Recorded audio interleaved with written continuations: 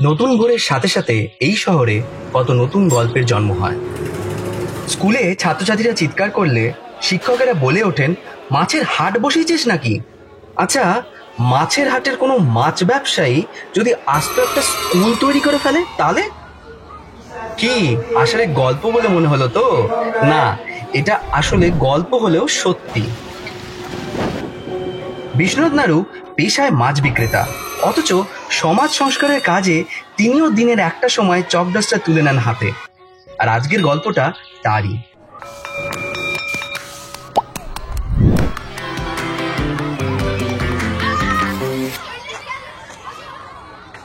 Sir, প্রথমে যেটা জানতে চাইবো যে এই জার্নিটা আপনার শুরু কি করে হলো? শুরু 1971 সালে বাংলাদেশ স্বাধীন হওয়ার আগে বাংলাদেশের বেশ কিছু শরণার্থী আমাদের এই অঞ্চলে মার্টিনডেলে একটা জায়গা ছিল, সেখানে এসে এরা বসতি শুরু করে। দীর্ঘ বছর দুই এখানে থাকার পরে তাদের কথা চিন্তা ভাবনা করে এখানকার সাধারণ মানুষ এবং তার সঙ্গে আমরা কয়েকজন শিক্ষক খুব উদ্যোগ নিলাম যে এখানে একটা প্রাইমারি স্কুল যদি আমরা তৈরি করতে পারি, তাহলে হয়তো এই সমস্ত উদ্বাস্তুরা হয়তো তাদের কিছু শিক্ষা আমরা দিতে পারবো।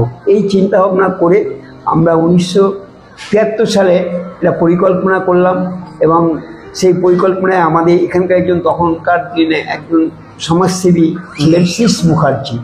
তার অবদানের কথা ভোলা যায় না। তিনি এমন একজন মানুষ ছিলেন, খুব গরিবদের খুব সাহায্য করতেন এবং পরবর্তীকালে উনি একজন কাউন্সিলর, ওয়ার্ডের কাউন্সিলরও হয়েছিলেন। যাই হোক, সেখান থেকেই পথ চলা শুরু। 1974 সালে 7ই জানুয়ারি আমাদের পথ চলা শুরু হলো। স্যার, এমনি আপনার দিনটা শুরু হয় কিভাবে? 4টে সাড়ে প্রতিদিন একদম রুটিন মাঝে এভরিডে ওই সময় ওঠেন এবং তারপরে প্রথমেই যান পাতিপুর মার্কেটে। ওখান থেকে বেরোনো কথা হয়, তাও ওখানে বেরোতে মোটামুটি 6:30 মধ্যে বেরিয়ে মার্কেটে চলে আসি 7টার মধ্যে। বেশ, তারপরে দোকানদারি শুরু হয়ে যায় 7টার থেকে, মোটামুটি 10টা, 10:30, 11টা এরকম হয়ে যায়। 11টার দিকে মোটামুটি গুটিয়ে তারপরে আমি যথারীতি 12টা, 12:30 স্কুলে চলে আসি। আর এই স্কুল আমার মোটামুটি আরও টিচাররা আছে, তারা মোটামুটি 11:30 থেকে স্কুল শুরু করে দেয়।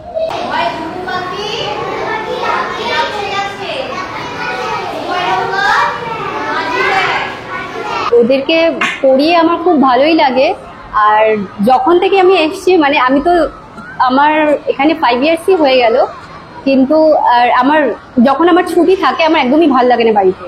আবার মনে হয় যে কবে স্কুলে আসবো। খোকা গেছে মাছ ধরতে ক্ষীর নদীর কূলে, ছিপ নিয়ে গেল কোলা ব্যাঙে, মাছ নিয়ে গেল ছিলে।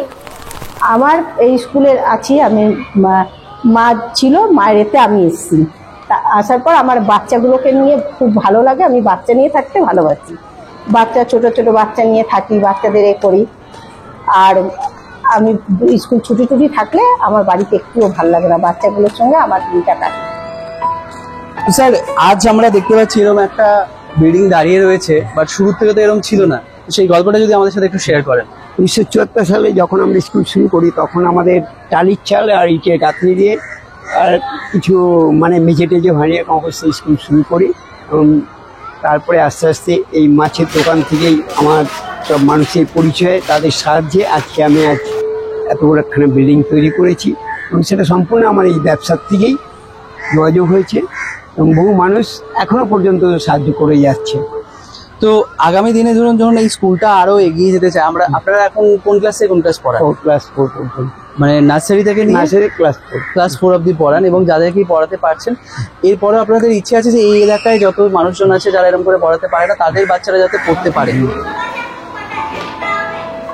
আমরা যখন সকালে আগে দেখছিলাম আপনি যখন ওখানে কথা বলছেন আরো সবার সাথে, সবাই খুব আপনাকে রেসপেক্টও করে স্যার হিসেবে। অনেকে স্যার হিসেবে ডাকে, অনেকে জানতো না, এখন তো মোটামুটি ভাইরাল হওয়ার সমাজ মাধ্যমে পরে সবাই সবাই জানতে পেরেছে। এই জন্য আমাকে খুব কথাবার্তা বলে খুব, কারণ মাছের বেলা তো খুব রাফ কথাবার্তা ইউজ করে, সেটা আমার সঙ্গে অন্তত কেউ করেনি। ইদানিং আগে যা করতো এখন আর অনেকে একদিন বিশ্বাস করবে না, একটি আরো দিয়ে একটি ছেলে আমার পায়ে ধরে এসে, ওই ভাইয়াটা যখন দেখেছে আমার পায়ে এসে বলে, বিশ্বনাথ আমাকে ক্ষমা করে দেবো, আমি বুঝতে পারি তোমাকে একটা বাজে কথা বলেছি। তাহলে কিছু না কিছু হলে তোমাদের সমাজের উপরেও একটা মানে ভালো ইম্প্যাক্ট করছে, যেখানে ওরা যে ভাষা যেটা ইউজ করতো সেটা হয়তো কিছুটা হলেও পরিবর্তন একটা শুরু হচ্ছে। এই পরিবর্তনের একটা শুরু হচ্ছে। আমি আছি বিগত 27 বছর পেরিয়ে গেছে আমার। যাই হোক, স্কুলটাকে ভালোবেসে ঢুকেছিলাম। আমরা কিন্তু বিনা পয়সায় বিনা পারিশ্রমিকে আমরা এই স্কুলে কাজ করেছি বহু বছর। স্কুলটা ছিল মাটির আর ওপরে টালি, বসার জন্যে মোড়া ছিল, ওপর থেকে বৃষ্টি পড়তো, তলায় কিলবিল করতো পোকা, কেঁচো, আরশোলা, কিচ্ছু পাচ্ছিল না। আমরা বৃষ্টির দিনে মাথায় জল পড়েছে আমাদের, আমরা দাঁড়িয়ে দাঁড়িয়ে বাচ্চাদের পড়িয়েছি, তাতেও কিন্তু আমরা আনন্দ পেয়েছি। আমি ওদের কাছে ছিলাম নতুন আন্টি, এখনও আমি নতুন আন্টি। ছোট ছোট বাচ্চাদের কাছে আমি রাগী আন্টি হয়ে দাঁড়িয়েছি নতুন আন্টি থেকে। বিশ্বনাথ স্যার প্রথম থেকেই যুক্ত এই স্কুলে, মানে একদম প্রথম থেকে, যতদিন আমাদের 52 বছর স্কুল রানিং চলছে, উনি একটাই চেষ্টা করেছেন যে যাকে যেভাবে ধরে যেখান থেকে পারি চলো আমরা সবাই মিলে সাহায্য চেয়ে নিয়ে আসি। আমরাও কিন্তু বোধ করিনি কোনোদিন।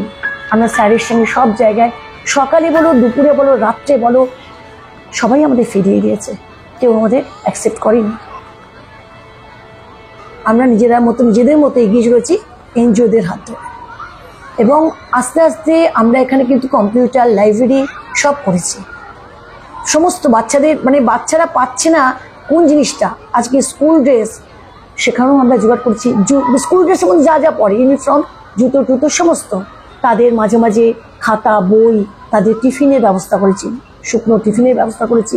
এবং যখনই কোনো জায়গা থেকে প্রবলেম হয় তখন আমাদের বিশ্বনাথ স্যার কিন্তু টিফিনের অ্যারেঞ্জমেন্টটা করে নেন।